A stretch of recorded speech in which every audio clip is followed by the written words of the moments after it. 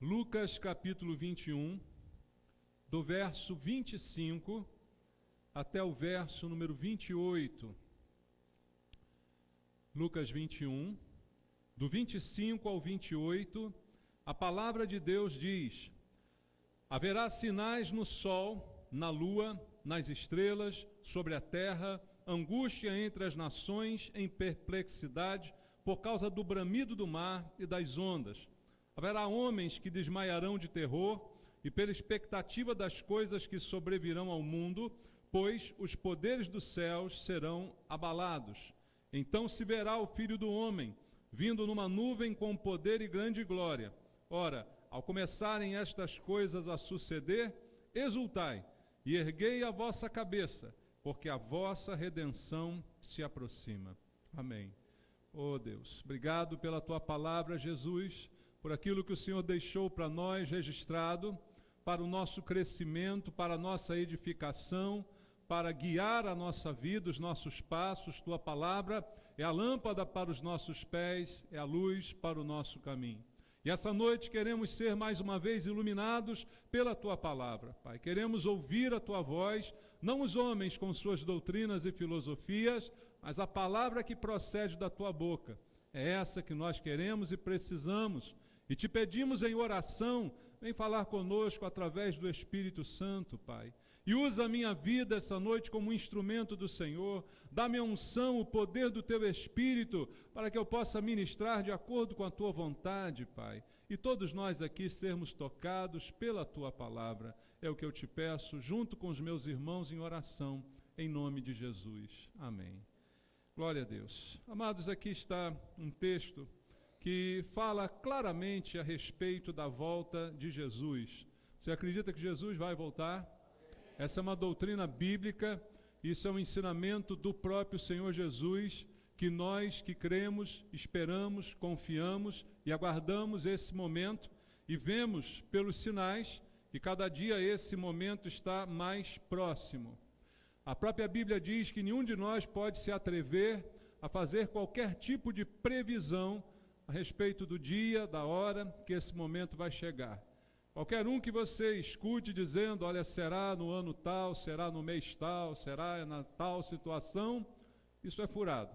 Porque a palavra de Deus diz que nenhum de nós pode sequer fazer previsões a respeito deste dia e deste momento. Mas, segundo diz a palavra de Deus, nós podemos observar os sinais, as coisas que estão acontecendo ao nosso redor, para mais ou menos nos preparar para isso que está por acontecer. Sem saber ainda o dia ou a hora, mas vivermos todo o tempo em prontidão, vivermos todo o tempo preparados para isso. Por isso mesmo Jesus disse aos seus discípulos, vigiai e orai, porque não sabemos nem o dia nem a hora. Então a vida de um cristão é uma vida de vigília, é uma vida de oração. E observando os sinais, tudo aquilo que nos cerca no mundo em que vivemos, a gente pode ver que as coisas estão realmente próximas. Sempre que Jesus falou sobre a sua própria vinda, ele sempre alertava seus discípulos pelo modo como eles deveriam viver na expectativa daquele momento. Não se deixando em nenhum momento dominar pela ansiedade, não se deixando dominar pelo medo. Não era para isso que Jesus falava aos seus discípulos sobre a sua vinda. Esse texto aqui também está escrito não para nos trazer temor, muito pelo contrário, o texto nos conclama a uma alegria. O texto nos conclama a viver uma vida preparados, mas tranquilos em relação ao que vai nos acontecer.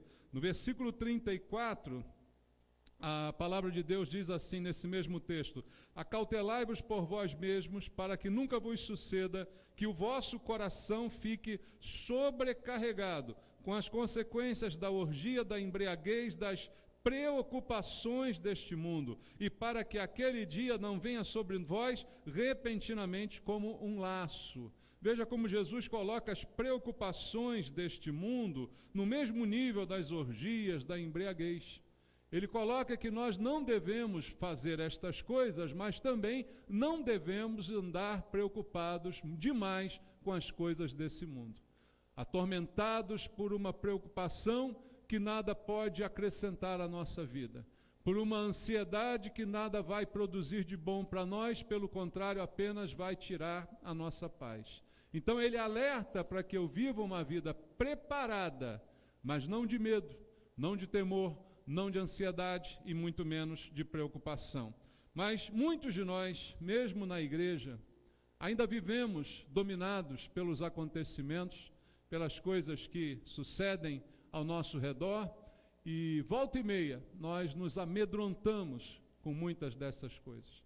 Muitas pessoas, mesmo estando na igreja, se preocupam demais com muitas coisas nesse mundo e por isso perdem a paz que Jesus nos deu, que excede todo o entendimento, porque ele disse que essa paz, ela se dá mesmo quando a gente está sob alguma dificuldade, algum tipo de problema.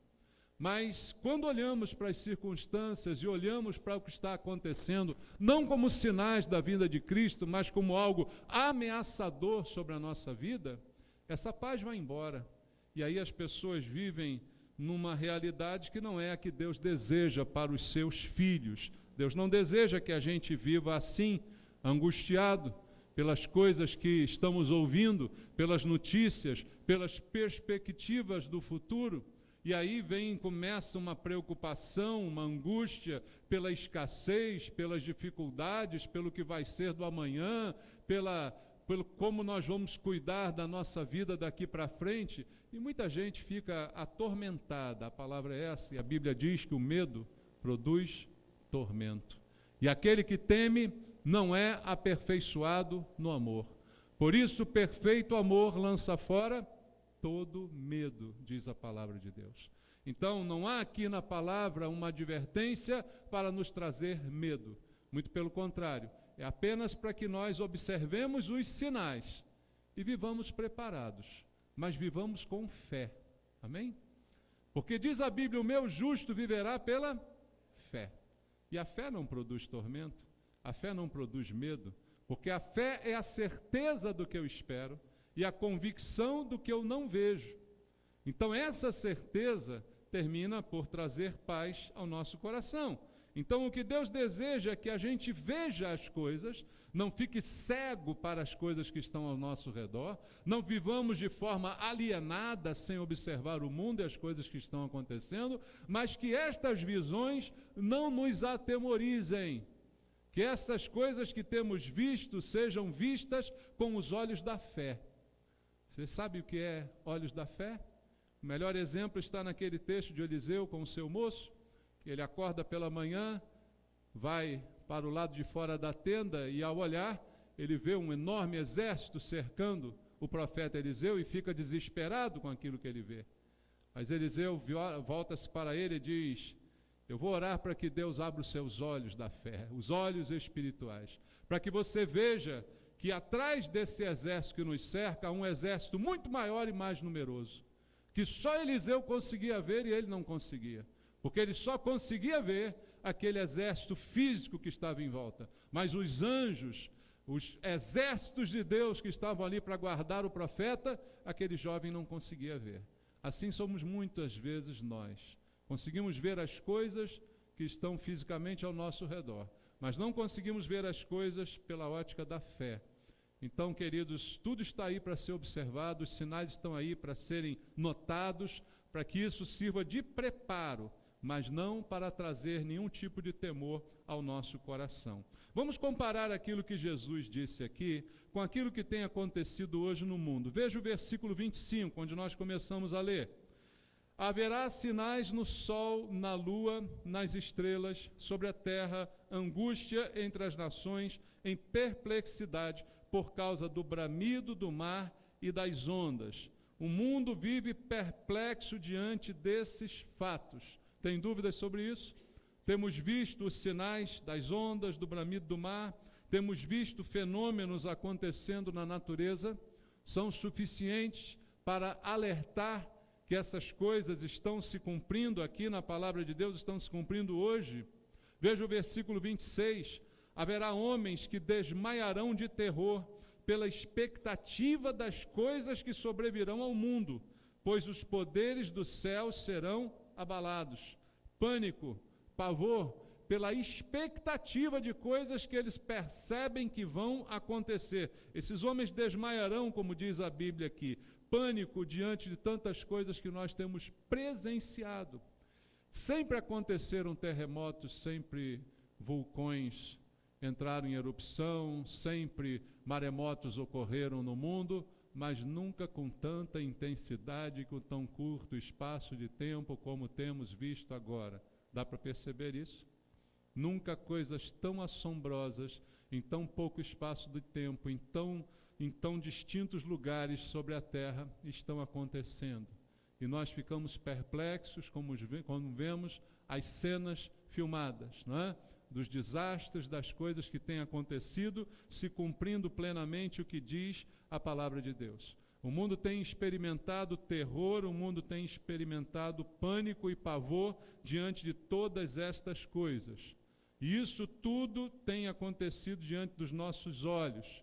Mas o que a Bíblia nos adverte, veja, 2 de Pedro, capítulo 3, segunda epístola do apóstolo Pedro, no capítulo número 3, no versículo 3 até o versículo 9, Pedro diz assim: tendo em conta, antes de tudo, que nos últimos dias virão escarnecedores com seus escárnios, andando segundo as próprias paixões, e dizendo: onde está a promessa da sua vinda? Porque desde que os pais dormiram, todas as coisas permanecem como desde o princípio da criação, porque deliberadamente esquecem que de longo tempo houve céus, bem como terra, a qual surgiu da água, através da água, pela palavra de Deus, pela qual veio a perecer o mundo daquele tempo, afogado em água. Ora, os céus que agora existem, a terra, pela mesma palavra, têm sido entesourados para o fogo, estando reservados para o dia do juízo e destruição dos homens ímpios. Há, todavia, uma coisa, amados, que não deveis esquecer, que para o Senhor um dia é como 1000 anos, e 1000 anos como um dia. Não retarda o Senhor a sua promessa, como alguns a julgam demorada. Pelo contrário, ele é longânimo, quer dizer, paciente para convosco, não querendo que nenhum pereça, senão que todos cheguem ao arrependimento. Aqueles que acham demorada a promessa da vinda do Senhor, Pedro está dizendo, porque já naquela época, alguns achavam demorada. Alguns imaginavam que aquela promessa se cumpriria dentro de alguns dias, alguns meses, no máximo alguns anos. Mas já passaram 2000 anos e a promessa ainda não se cumpriu. Então hoje, cada vez mais, o homem cético, ligado às coisas do mundo, acreditando só nas coisas naturais que vê, é muito comum contestarem ou até inquirirem os crentes, dizendo: cadê a promessa da vinda do Senhor?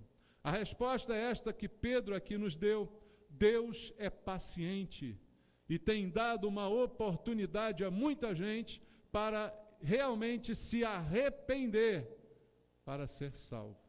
Arrepender-se quer dizer deixar de praticar os seus pecados, determinar no seu coração que não mais vai praticar os seus erros, reconhecer os seus erros diante de Deus e se voltar para o Senhor, que é rico em perdoar, como diz a palavra de Deus. Então, amados, todos esses sinais nos apontam para uma proximidade da vinda de Cristo e nos mostram a realidade da paciência de Deus. Mas quando este dia chegar, aí, amados, o quadro que é pintado é um quadro devastador. Então, como eu devo agir diante da realidade dos fatos aqui apresentados? Volta lá em 2 de Pedro, ainda no capítulo 3, veja o versículo 11, que nós ainda não lemos. Está escrito assim: visto que todas estas coisas hão de ser assim desfeitas, deveis ser tais como os que vivem em santo procedimento e piedade. Pedro resumiu numa frase o que nós devemos fazer enquanto essas coisas não acontecem. Ele não diz que a gente deve estar com medo como os demais homens ficarão, não diz que a gente deve viver numa preocupação enorme com tudo isso, mas ele diz que, sabendo nós que todas essas coisas serão desfeitas, Ou seja, a Bíblia já diz para nós, não temos aqui cidade permanente, nada é nosso para o resto da vida, irmãos. Caixão não tem gaveta, quando você morre não leva nada, já entendeu isso? Então o que Pedro está dizendo é que já que as coisas são assim, que você sabe que tudo isso vai passar, mas que a palavra de Deus não passará, você deveria viver num procedimento santo, digno e piedoso. É o que ele está aqui nos afirmando, num santo procedimento e piedade. Qual é a visão para o crente nesse momento? Ficar fazendo previsões da volta de Jesus? Não. A missão do crente é viver em santidade e piedade. Ou seja, como deveríamos viver desde o dia da nossa conversão.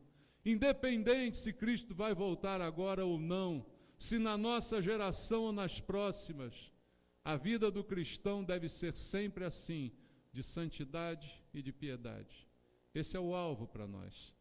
Não as angústias, não as preocupações, não as revoltas, mas a vida que Deus preparou para nós, a vida de santidade e a vida de piedade.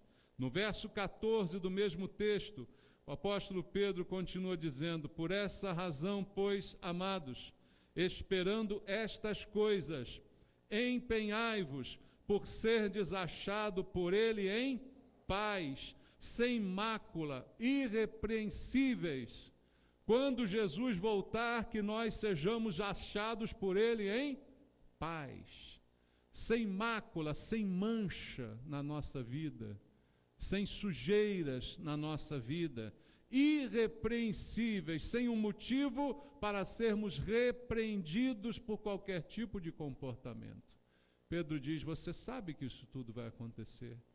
Você vê que todas essas coisas estão próximas. Você deveria viver assim desde o dia da sua conversão, aonde você morreu para o pecado e viveu para Deus. Então viva dessa forma para que quando ele voltar, ele te encontre em paz. Irmãos, quanto Jesus vai encontrar em paz quando ele voltar? Eu me pergunto às vezes sobre isso. Porque nós, mesmo estando na igreja, mesmo professando a nossa fé em Cristo, não desfrutamos da paz que ele nos deu, que excede todo o entendimento. Por que será que Jesus, quando voltar, encontrará algumas pessoas na igreja sem paz, aflitas, angustiadas? Não era assim, porque ele, quando viu Israel assim, ele disse: estão aflitos, angustiados, porque são como ovelhas que não têm pastor. Mas você não é uma ovelha que não tem pastor. Concorda comigo? Você tem um pastor chamado Jesus. Então ele já te deu a paz. Quando ele vier, ele deveria, no mínimo, encontrar você em paz. Em paz. Em paz com você, em paz com os outros, em paz com a sua consciência. Sem mancha, irrepreensível. Assim deve ser o nosso viver na expectativa destes acontecimentos citados aqui. Ou seja, temos que viver preparados para os abalos que certamente vão ocorrer no mundo e também, irmãos, para os abalos que podem ocorrer na nossa vida. Abalos aos quais todos nós estamos sujeitos diariamente. Como já preguei aqui diversas vezes, quem de nós está livre de enfrentar uma situação adversa? Quem de nós está livre de enfrentar a morte de um ente querido? Quem de nós está livre de enfrentar um desemprego, uma escassez, uma falta? Quem de nós está livre de passar por um problema de saúde? Nenhum de nós. Essas coisas fazem parte da vida, como disse Jesus: no mundo tereis aflições, mas disse: tenham um bom ânimo. Então eu preciso viver preparado, tanto para o que vai acontecer, para o que já está acontecendo e para as coisas que podem ocorrer na nossa vida. Que nenhuma destas coisas tenha o poder de nos tirar a paz. Veja o que Jesus disse ainda em Lucas, capítulo 21, no versículo 28, o texto que nós lemos. Olha o que ele fala. Ora, ao começarem estas coisas a suceder, que coisas? Essas coisas que ele tem visto e que nós temos visto, esses terremotos, esses maremotos, esses vulcões, essas inundações, todas essas coisas acontecerem, Ao começarem elas, o que ele diz? Exultai. O que é exultar, irmãos? É comemorar, é glorificar, é louvar, é se alegrar. Tudo isso pode ser usado para exultar? Sim, pode, não é? Então, Jesus não disse assim, olha, quando começar isso tudo, você se esconde debaixo da cama e começa a chorar ou orar, você que sabe. Ele disse isso? Não. Não disse para a gente esconder debaixo da cama. Ele disse, olha, quando você começar a ver tudo isso, você vai dar uma de maluco, você vai glorificar a Deus. É isso que ele está dizendo, ou não? Quando você perceber que tudo isso está acontecendo, exultai e depois, erguei a vossa cabeça, porque a vossa redenção se aproxima, o resgate está perto. Você será redimido, você será resgatado dentro em breve. Então, qual a atitude que ele tem para nós, quando isso tudo estiver ocorrendo no mundo e até mesmo na nossa vida? Não se abater, pelo contrário, erguer a cabeça. Erguer a cabeça não como um símbolo de orgulho ou de vaidade, mas erguer a cabeça num sinal de confiança naquele que te chamou e naquele que te guarda. Erga a tua cabeça, exulte no Senhor, porque isto é sinal de que a tua redenção se aproxima. Então ele está dizendo para nós, levante e erga a sua cabeça. Erga-se, fique de pé, fique em posição de vitória, porque está perto o dia da sua redenção. Ou seja, não se deixe dominar pelas crises, pelos abalos, pelas dificuldades, pelos problemas, que nada disso tire a sua fé, a sua confiança. Minha redenção está perto o dia da minha vitória. E aí, queridos, isso é um conselho dado por Jesus, mesmo diante de um quadro sombrio. Ele diz, quando vocês virem estas coisas acontecendo. Ou seja, não é ficar alegre por uma questão de fé. Ah, eu acredito, oh, glória e tal. Mas é mesmo vendo um quadro devastador, ainda assim exultar. Ainda assim levantar a cabeça. Mesmo diante de algo real, palpável na sua frente, você vai fazer isso. Mesmo quando o chão estiver tremendo debaixo dos seus pés. Uma coisa é a gente ver o chão tremendo na televisão. É triste? É. Você vê o vulcão acabando com casas, o mar levando moradias. É triste? É. Mas não é tão triste porque não foi a nossa. É ou não é? Não é tão triste porque o chão não tremeu debaixo do nosso pé.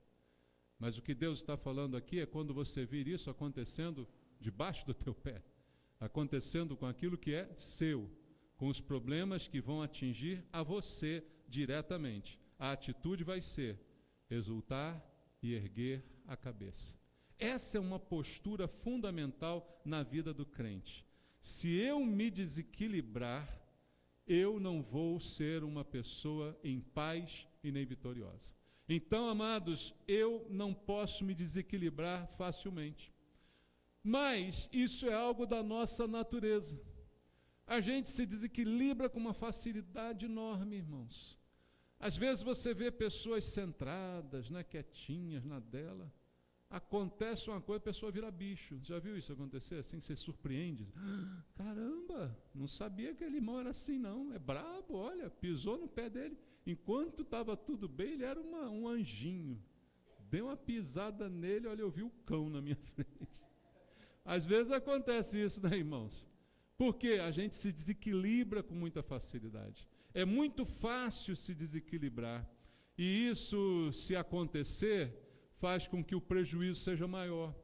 Por isso Jesus disse, quando você ver essas coisas, levante a cabeça, exulte, não se desequilibre, não se desespere, não vá chorar debaixo da cama, não vá reclamar da vida, mas exulte, porque isto é sinal de que a sua redenção está perto. Isso é sinal de que a vitória final está chegando. E como é que isso fica na prática de vida? Eu queria dar agora alguns exemplos bíblicos de pessoas que mesmo antes desses sinais acontecerem, mesmo antes dessas evidências se tornarem tão visíveis e reais, elas tiveram problemas em suas vidas, como pessoas que criam em Deus, viram o chão tremer debaixo dos seus pés, viram a água subir, viram o fogo descer, ou qualquer tipo de coisa que levou entes queridos, que trouxe problemas, que trouxe angústias, mas que tiveram uma postura, que é a postura que Deus espera de nós.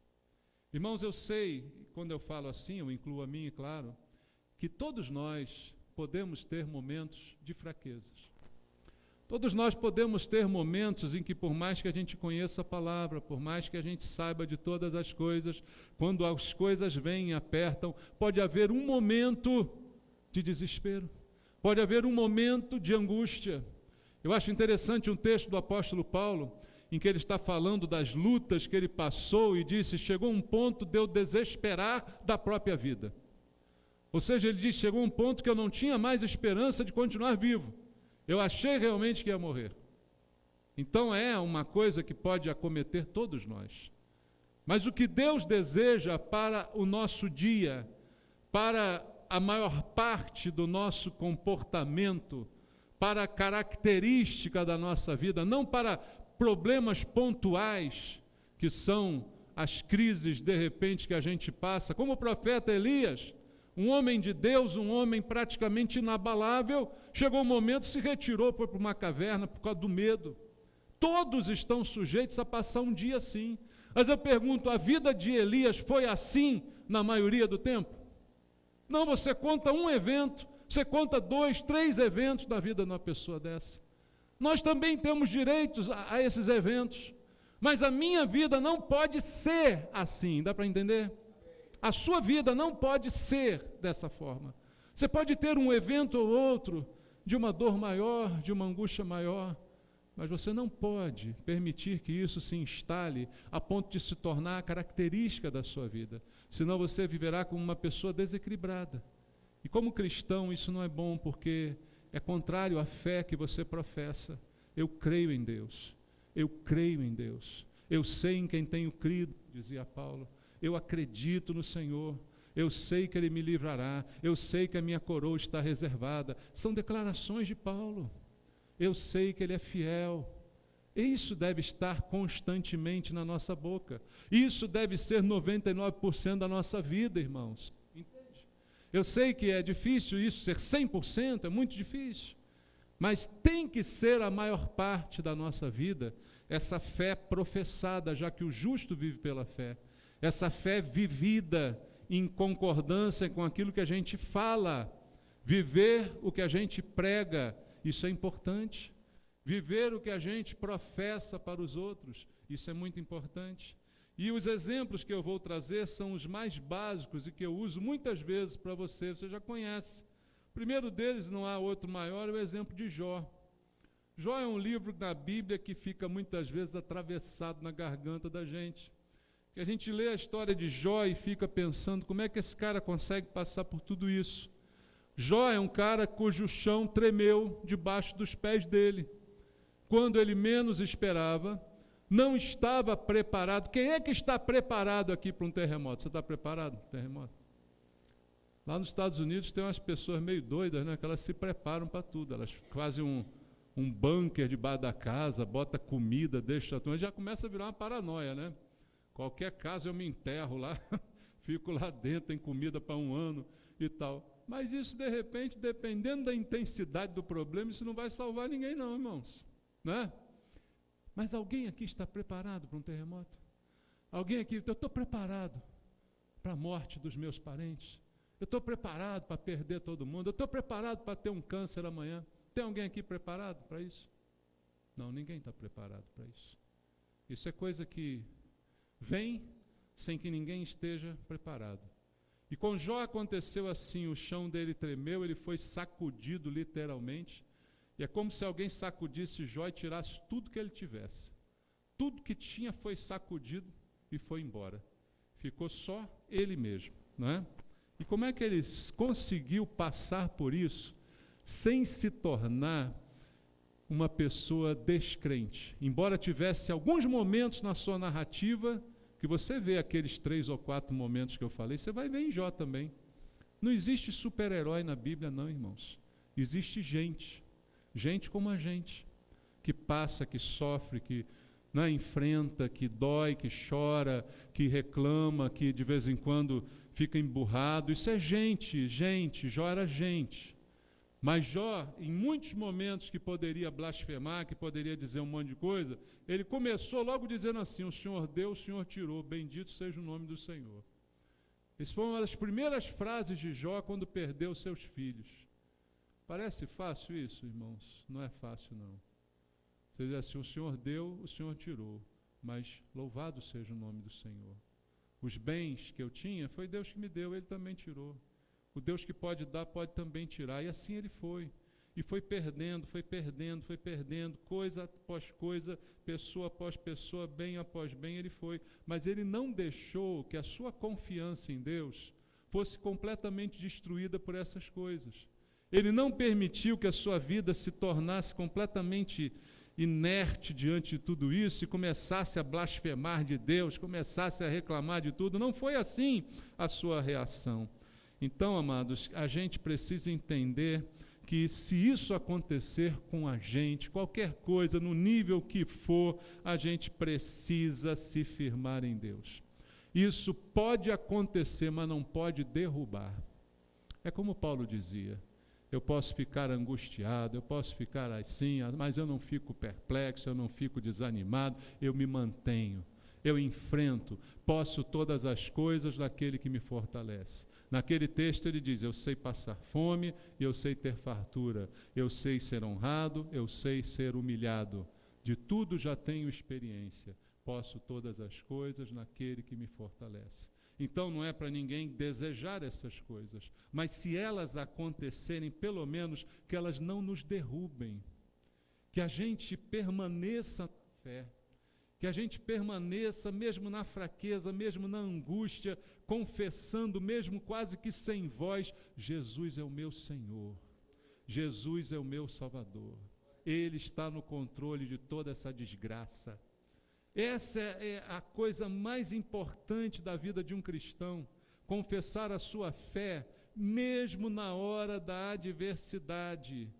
Isso, irmãos, é promessa de Deus. Lá no Salmo 37 tem um versículo que eu gosto muito, que fala de uma realidade, de uma promessa de Deus, uma promessa feita por Deus, no Salmo 37, versículo 23 e 24.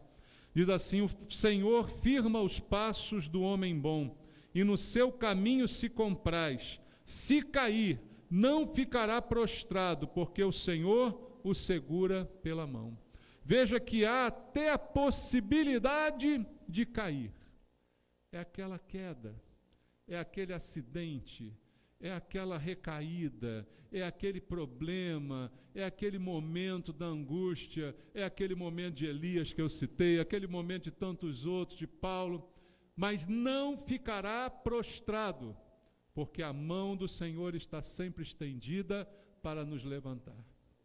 O apóstolo Pedro viveu isso, quando andou sobre o mar, indo até Jesus, ao olhar o vento, ao olhar as dificuldades, as circunstâncias, teve medo, a Bíblia diz, e começou a afundar. E Jesus, olhando para ele, não disse assim: está em fé? Não, afunda, miserável. Não, ele falou isso não, falou, irmãos. Jesus fez o quê? Deu a mão para ele e levantou Pedro. Tirou Pedro das águas que o estavam afogando. Ele falhou. Ele não manteve a fé, a mesma fé que teve para pular fora do barco e pisar na água, não foi suficiente para andar até lá. Ele viu outras coisas e ficou com medo.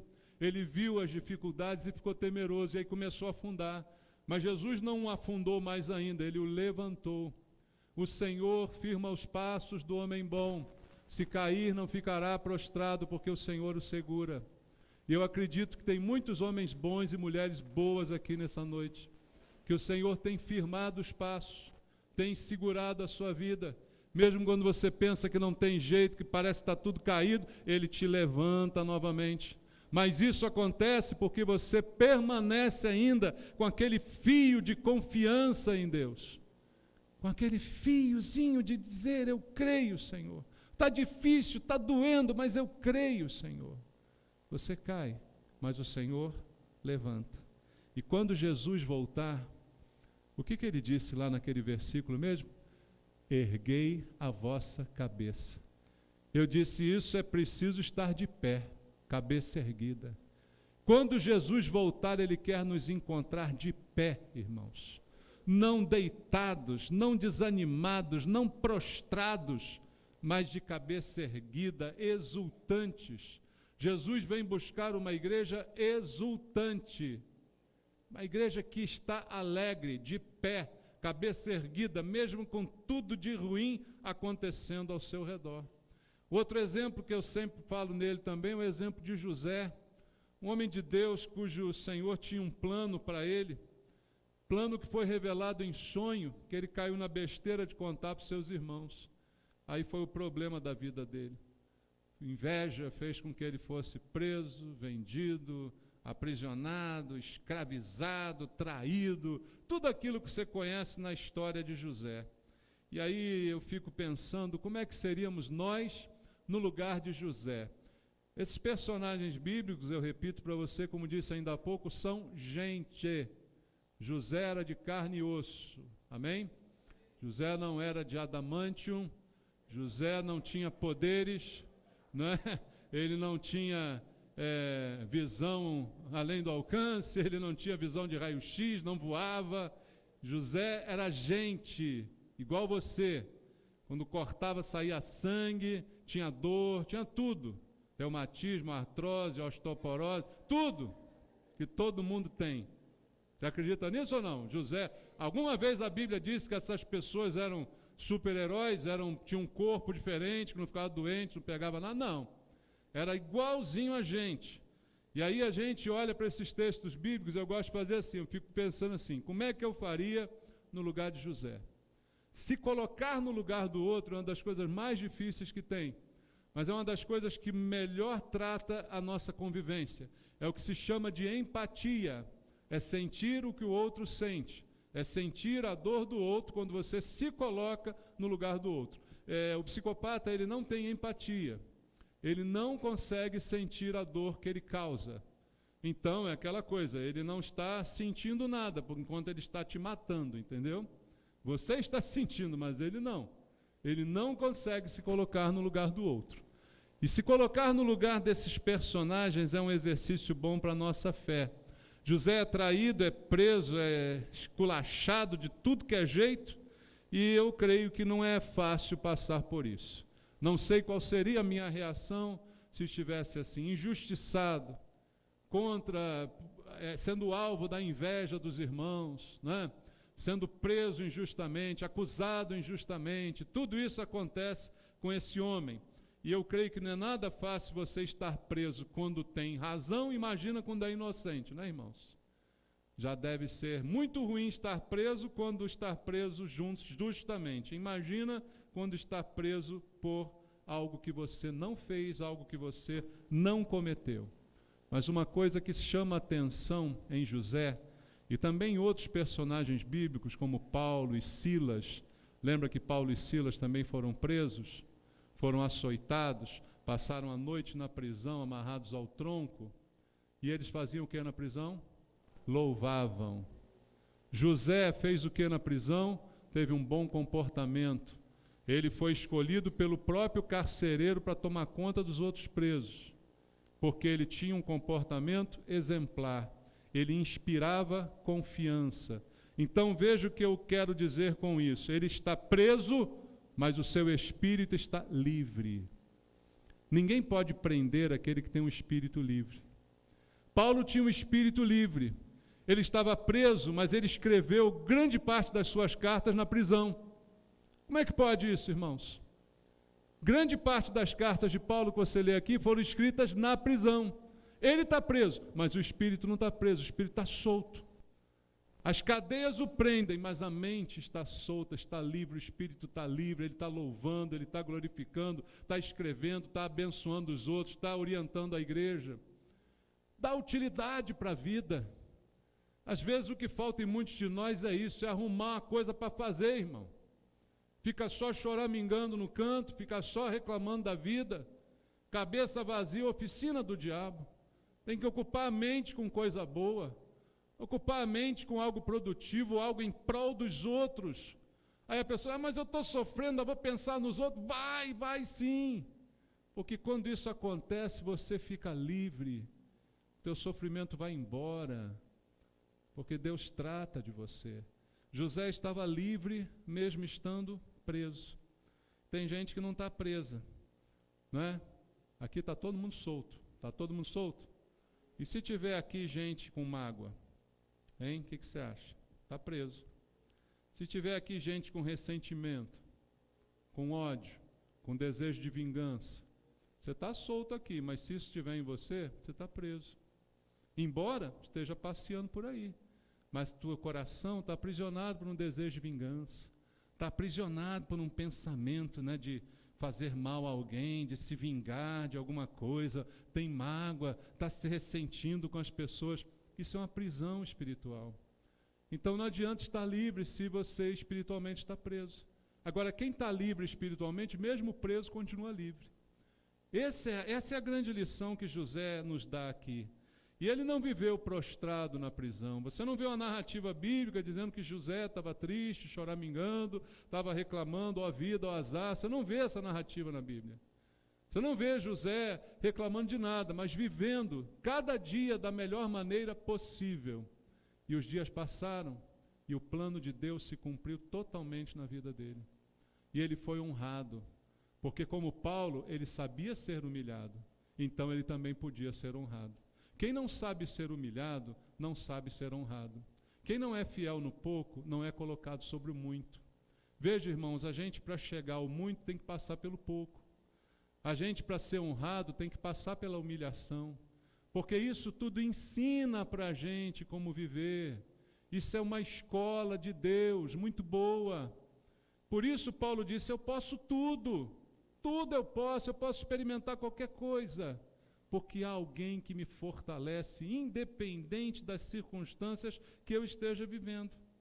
Então você não vê José prostrado, você não vê José caído. Ele está passando por um maior terremoto na sua vida, na sua juventude, nos melhores anos da vida, mas ele está de cabeça erguida. Integridade. Isso aí é andar de cabeça erguida. Exultando. Eu sei em quem tenho crido. Eu sei o plano de Deus para mim, eu sei o que Deus tem preparado. É isso que alimenta a fé do homem de Deus, da mulher de Deus, é assim que a gente deve agir. E aí José terminou os seus dias de forma gloriosa, como a gente vê na Bíblia, mas ele nunca se deixou abater quando os problemas eram grandes e reais. A gente precisa aprender com isso. Então, amado, se o seu chão um dia tremer, a única coisa que eu quero que fique no seu coração dessa mensagem, não se abale. O chão pode tremer, mas você fica firme para sempre. Os que confiam no Senhor não se abalam, permanecem para sempre, diz a Bíblia. Então você pode tremer tudo ao seu redor, mas você fica firme, você fica inabalável. Levante a sua cabeça, porque o seu Redentor vive. Jó deu uma declaração linda, o meu Redentor vive e por fim se levantará sobre a terra. Tudo que eu estou passando não se compara ao que vai acontecer lá na frente. Tudo que José passou não se comparava ao que Deus ia fazer na sua vida lá na frente. Colocando-o como líder no Egito, como aquele que salvou toda a sua família de morrer de fome. Tudo isso estava programado por Deus. Eu sei que o meu Redentor vive e no final da história todas essas coisas serão certamente diferentes. Você crê nisso? Eu quero dizer para você, seu Redentor está voltando. Eu não sei o dia, eu não sei a hora, não me arrisco a fazer nenhuma previsão, mas eu sei que Ele está voltando. E isso é sinal de que toda lágrima será enxugada, todo sofrimento cessará, como a Bíblia diz. Toda dor não mais será sentida, porque o nosso Redentor está chegando. É hora de levantar e erguer a cabeça. É hora de exultar e não de viver uma vida amargurada, cheia de crises. É hora de esperar o Senhor, como um vencedor, postura de pé, cabeça erguida, olhando para o alvo, para o autor e consumador da fé, Jesus Cristo. Que o mundo todo se abale, mas que você permaneça de pé. 1000 cairão ao seu lado, 10.000 à sua direita, mas você não será atingido, porque você vai permanecer de pé. Mesmo quando você é atingido, você continua de pé. Entenda o versículo agora? Tá? É esse o plano de Deus para a sua vida. Para aquele que crê e quer viver pela fé. É assim que a gente tem que se empenhar para que isso aconteça. Amém? Que Deus abençoe você.